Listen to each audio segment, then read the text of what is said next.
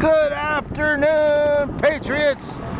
Welcome to part 6 of walking on the Route 21 Warpath for patriotism and our soldiers.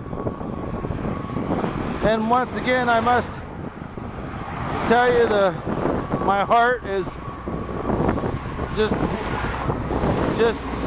pounding here because of I'm so happy that a soldier stopped by and he told me he's been a big fan of mine since I started walking 4 years ago.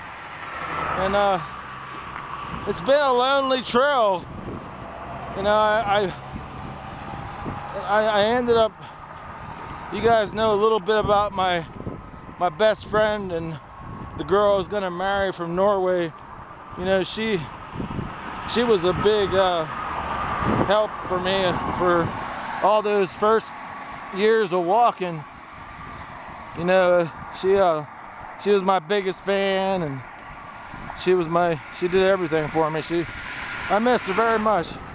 But you know, like I was telling you, just things didn't work out. But anyways, I just want to say, it just warms my heart to hear.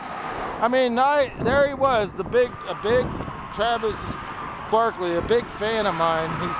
He's read my blogs and followed my story the whole time, you know.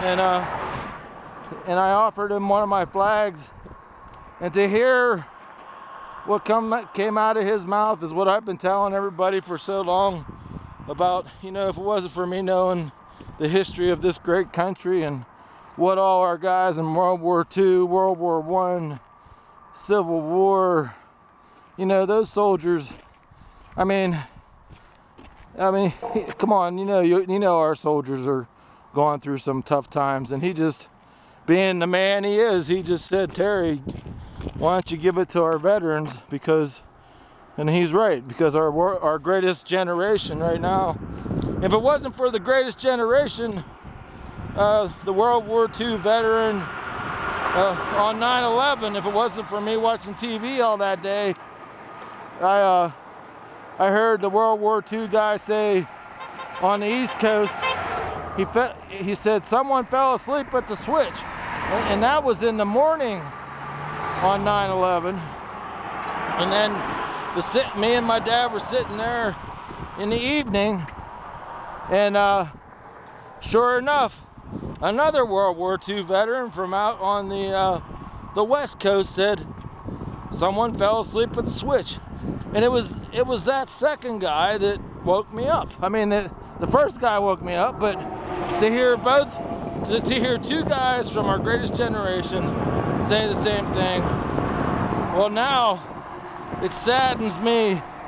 Like I said, they're all passing away, our greatest generation. Every day you look in the paper, and now, I mean, all our World War II guys are gone, leaving us, and all our World War I guys. And I'm sad, you know, if the world would have waited just 20 more years, you know, for them to see our great country being the guy who's in charge now, like I was telling you guys, Benedict Obama, the biggest traitor in the history of the world, the most terrible leader in the history of the world. You know, he's having a Motown party this weekend while the world's burning, and he's the one setting it on fire. Him and his minions, his czars, and Brzezinski, Soros, and you know, his mentor Jimmy Carter and Bill Clinton, and you know, I just wish it was the French Revolution sometimes, and you know, vive la France! I tell you what, speaking of the French Revolution, I want you guys to look up FEMA camps and guillotine in the same search on YouTube and see what you find. Like I said, the truth is hard to swallow, and a lot of people gotta wake up fast, and that's what I'm trying to do. We all have to be the media, since the media is not telling us the story. And if you look in my past video, video. I did about 6 or 7 of them. You know, in the same walk. It was a 10-mile walk on the Ryerson State Warpath, and it was the information revolution, the media war for your soul, and that's what's going on. And it even saddens me that the people that I'm big fans with, Glenn Beck and Michael Savage and Alex Jones and Sean Hannity and Rush Limbaugh, and you know, the list goes on of great conservative talkers. They just don't get along, and they're, you know, and I wish that to be a leader you have to be a uniter, and they're even dividing the right against the left, and the Democrats against the Republicans, the liberals against the conservatives. My whole journey on this road is to unite everybody together, all us patriots. We have to find the common ground of what we believe in, and it's this great country that these great soldiers die for since the beginning of our country. You know, Obama, go over there and blow the heck out of those damn pirates. You know, if I was in charge, our Navy would be firing freaking missiles into that freaking town wherever the pirates come from, and they'd be gone. I'm sorry, man. You show that we're weak. Our enemies, even the small little pirates in motorboats that just go right by our Navy and say, nah, nah, nah, nah, nah, nah, we know you're not gonna shoot. How do you think our sailors feel? Obama, you're a disgrace to this country.